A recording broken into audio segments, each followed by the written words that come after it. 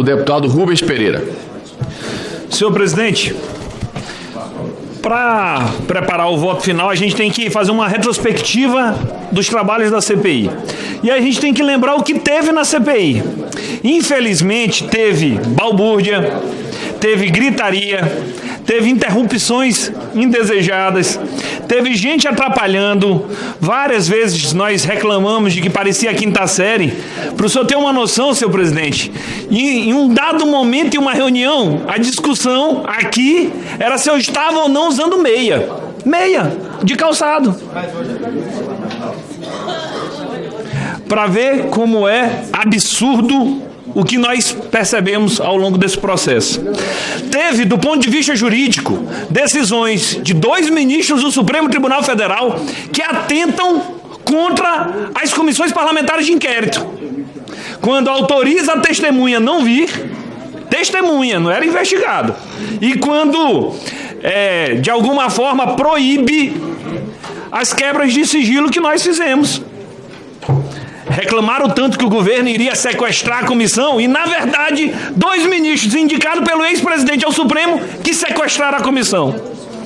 Mas o que eu percebi é que a oposição, de alguma forma, se arrependeu de ter insistido tanto nessa CPMI.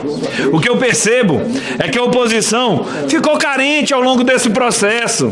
Por isso, tantas interrupções, porque aqui eles não tiveram muitas alegrias. Pelo contrário.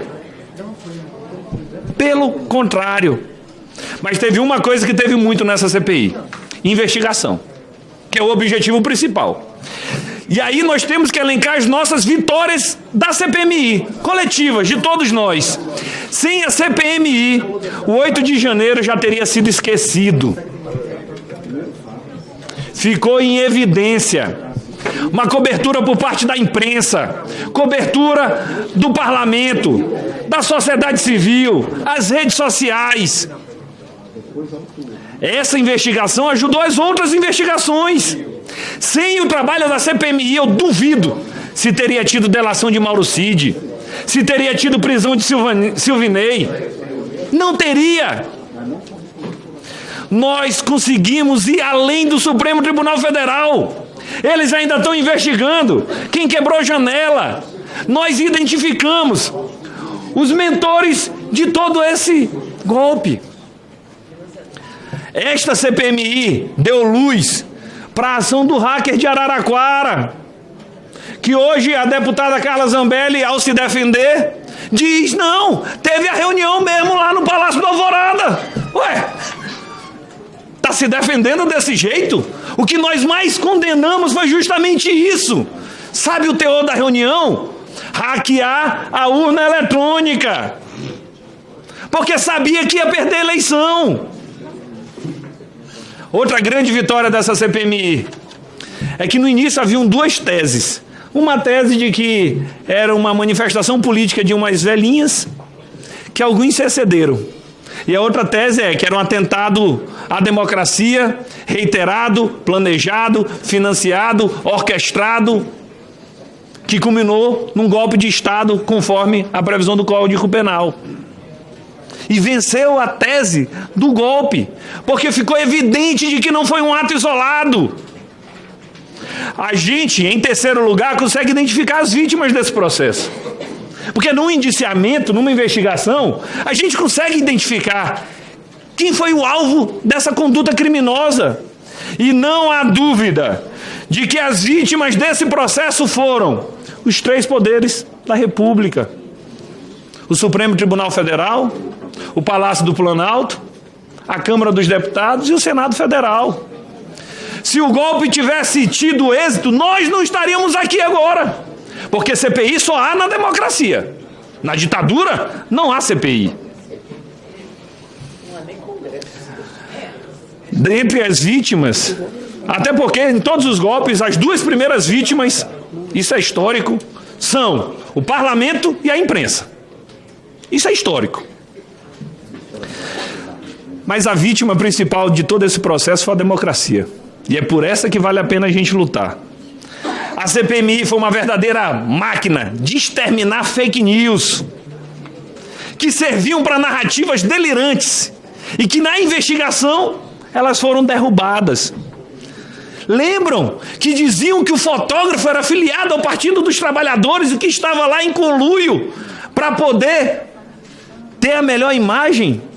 Na investigação aqui, essa fake news foi enterrada. A fake news dos infiltrados não sobreviveu. Teve uma fake news de que a Força Nacional poderia atuar. Isso foi debatido aqui. Para a atuação da Força Nacional precisa da aquiescência do governador do estado, exceto em caso de intervenção federal. E a Força Nacional atuou após a intervenção. Antes não podia. Tem uma fake news, e essa é a mais absurda de todas, que dizia que Lula e Flávio Dino queriam o golpe, porque eles iam se beneficiar politicamente. E é tão estapafúrdio que só acredita nisso quem acha que a Terra é plana. Para acreditar numa tese dessa, você tem que acreditar que se vacinar transforma a pessoa em jacaré.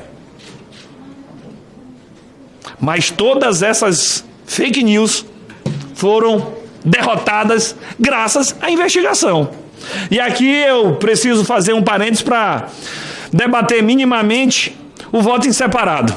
Alguém disse na imprensa o relatório paralelo. Essa figura no regimento interno não existe. Relatório paralelo, não. O que existe é a comissão tem uma relatora e ela apresenta o seu parecer. Existe voto em separado, é a opinião de um parlamentar, que nós respeitamos, mas divergimos. Mas tem 3 pontos do voto separado que eu quero registrar, porque nós temos que debater. Esse é o momento da discussão. E o primeiro é, o voto em separado passa pano para o cara da bomba lá do aeroporto de Brasília.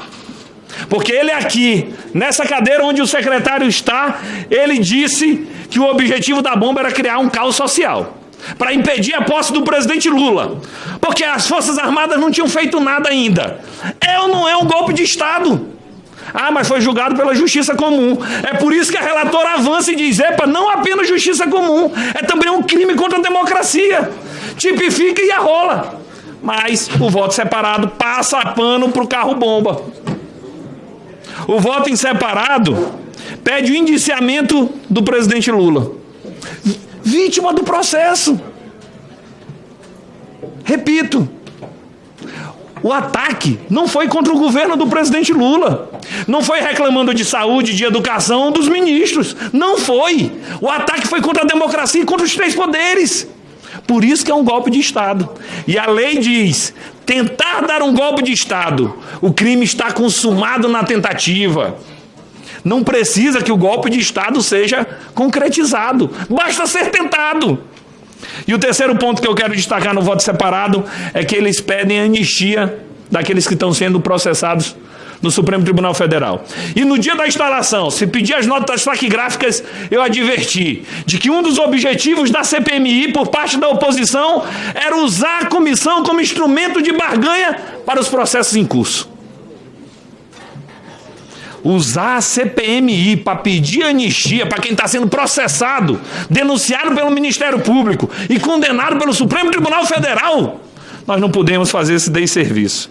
Portanto, me encaminho para o fim, onde justamente aprecio o indiciamento feito pela eminente relatora, senadora Elisiane Gama, especialmente porque ela indicia o ex-presidente Jair Messias Bolsonaro, e não como mentor apenas do golpe. A parte dele não era dar ideia, não era incentivar. Ele é alguém que estava lá dentro, que participou de reunião com os chefes das Forças Armadas, que participou de reunião com um hacker no Palácio da Alvorada, tomando café da manhã, para dizer, ei, bora invadir a urna eletrônica. Não dá, é impossível. Ei, pois faz um código-fonte falso, que nós temos que enganar nossa militância para ter confusão no Brasil. E o indiciamento, o maior acerto do relatório da senadora Elisiane Gama é na tipificação. Ela não inventa tipo jurídico, ela repete aquilo que o Supremo já está aplicando. 4 crimes, que portanto tem muito embasamento jurídico. E a pena, 29 anos, pena máxima desses crimes. Portanto, vem denúncia por aí, vem processo por aí. Bolsonaro já teve iniciamento da CPI do Covid, agora da CPI do golpe. Mais uma, ele já vai pedir música no Fantástico. Da nossa parte é sem anistia e eu voto pela aprovação do parecer da relatora. Eu quero